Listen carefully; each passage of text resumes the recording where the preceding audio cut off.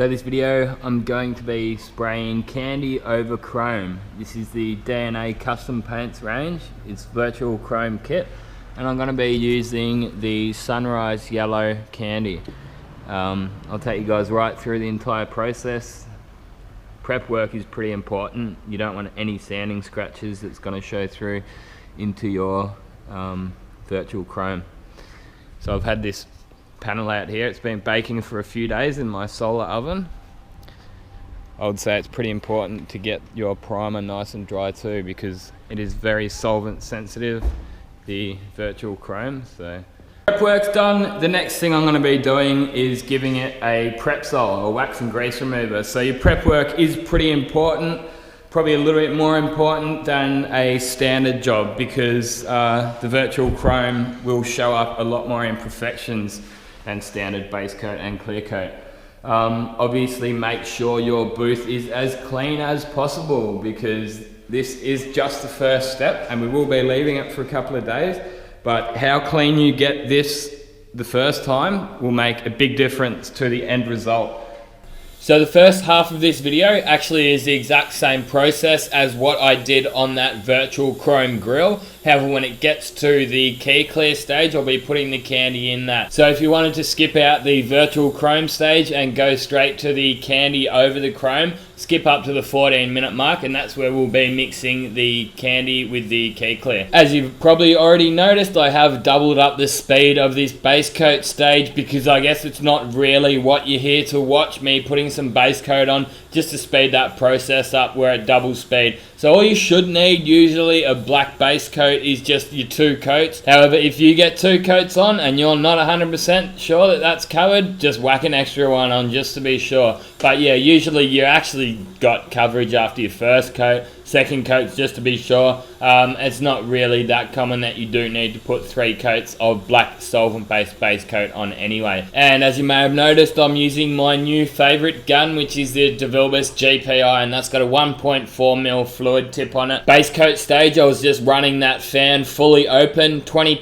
psi at the regulator, and 4 turns out with the fluid, which that takes us up to our next stage, which is our diamond clear. In between putting that base coat on and this clear coat, obviously I've given that gun a clean out because I'm using the same gun. Gave it a really good strip down and flush through to make sure there's no black base coat left in there. Mixed up my diamond clear, and by the time that was done, that black base coat had flushed off enough for me to be right to go straight over with the diamond clear. Now, I didn't end up tack ragging or anything. I've actually found sometimes if you go and tack rag your base coat, you can end up getting more bits of dust in there, because there may be one little metallic particle off your tack rag from the previous job, and then that goes and lands in your fresh base coat, and then you're actually creating a worse job. As long as that black base coat that you have got on is nice and clean, then in my experience you are usually pretty right to go straight over it with the clear coat without tack ragging. But obviously take it job by job, inspect it. If there's any big chunks in there that you can see, hey, maybe just give it a couple of minutes, give it a quick scuff down with maybe some 800 grit, and then put a little bit more base coat over the top of it.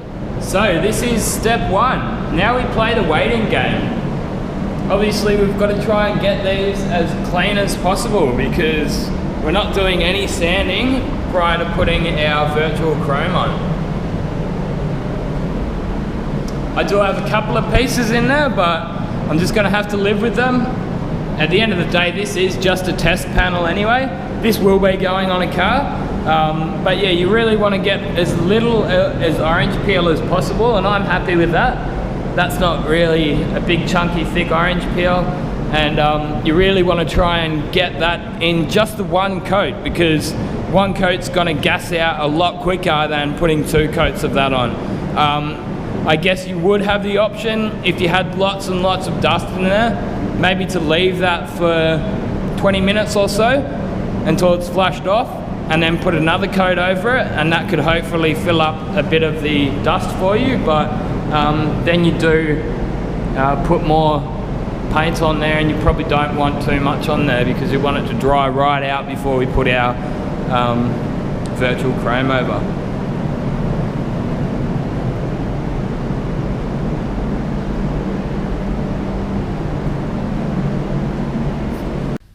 So I've left these overnight. I ended up getting my infrared curing lights onto this panel here just to make sure we've got as much of those solvents out of that diamond clear as possible.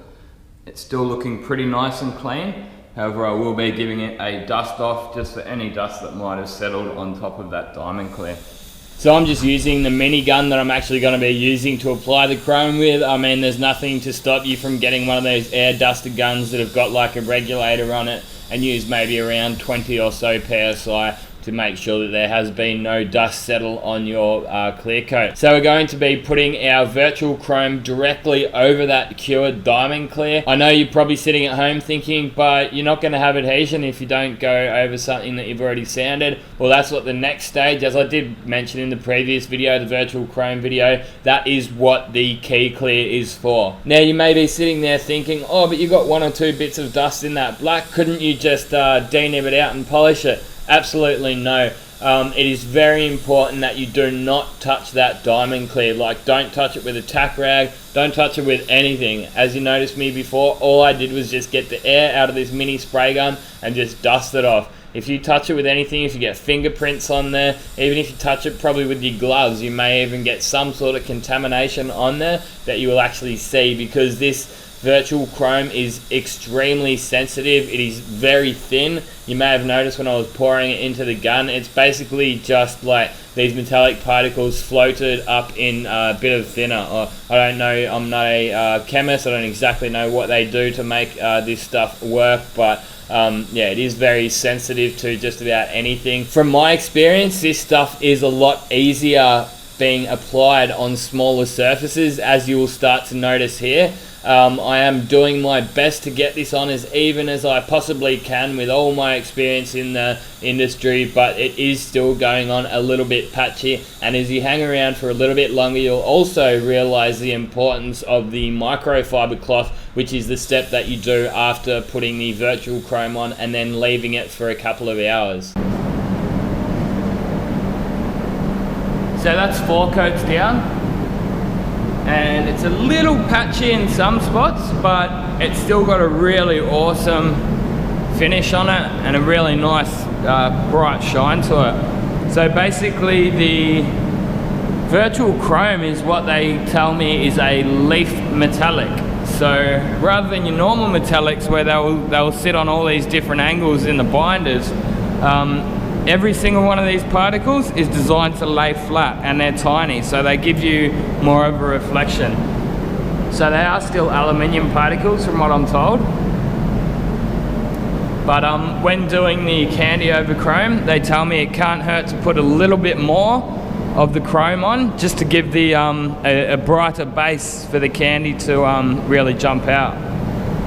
So when applying this virtual chrome, the guys from DNA do recommend using a 0.8mm fluid tip on a mini gun. I'm using the one that these guys actually sell. It's branded as a PTW on the box, but I think it's just a cheap Chinese little mini gun. I'm sure you can find them globally quite easily. Gun settings that they recommend is just 1/4 of a turn on the fluid, so it's like really nothing at all. And then your full fan, and then just 20 PSI at the regulator. I decided just to put one on just so I could gauge exactly that I'm keeping those settings how they recommend it from DNA. You can see now that I'm starting to get a little bit more on. Some of that mottle is going away.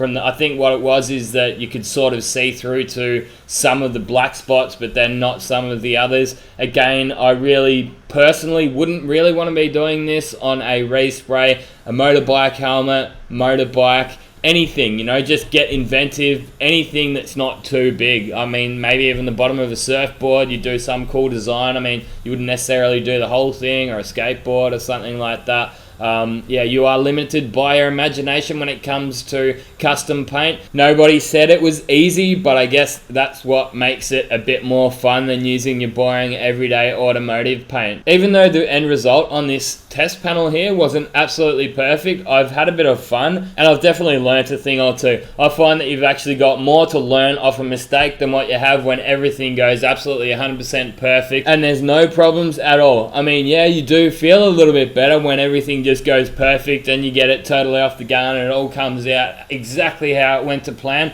Feels a bit better, but you got more to learn. And hey, next time I go to do this same thing, there's a good 5 or 10 things that I would probably do different, and that's what this kind of stuff is all about, I guess. And look, at the end of the day, it's just a test panel. Only reason I was doing it was for the sake of making a video to share with you guys. So if you guys can pick up a thing or two and it saves you a little bit of stuffing around in the future, well then that's a success in my mind. So that's 6 coats of the virtual chrome, and I only put 2 coats on these edges just to see the difference partly, and I just thought also it is only a test panel, it probably didn't need the extra material in there, but what you can see is that you're getting that reflection from the black, and it's giving you that chrome effect.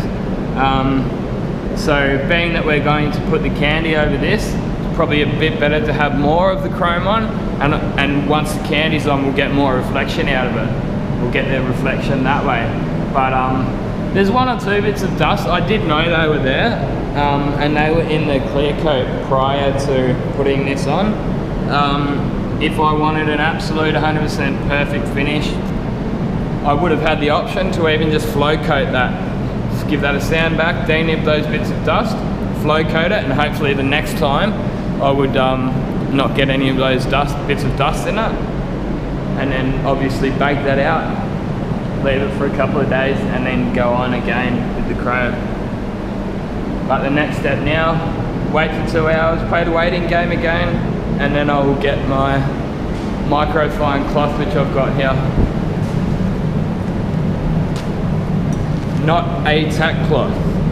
Not a tack cloth. You will probably ruin those metallic particles using a tack cloth.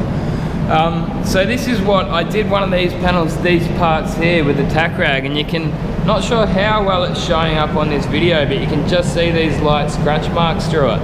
And no matter how many coats of the virtual chrome you put on, I would doubt that you'd be able to remove them. But this one here's got 3 coats of the chrome, and this one here's got 5. So just an idea of the different effects you can get out of different amounts. And the next stage is going to be our key clear. So you might think, well, you just painted your chrome over shiny diamond clear, but that's where the key clear comes in. I'm no chemist, I don't know how it works, but it does work. It's been put through the cross-hatch test, which I'm told all paint manufacturers, OEM finishers must go through, and this passes that test. So I think they just do like noughts and crosses type board, and then get tape and peel it back and make sure you've got good adhesion, and this passes that test.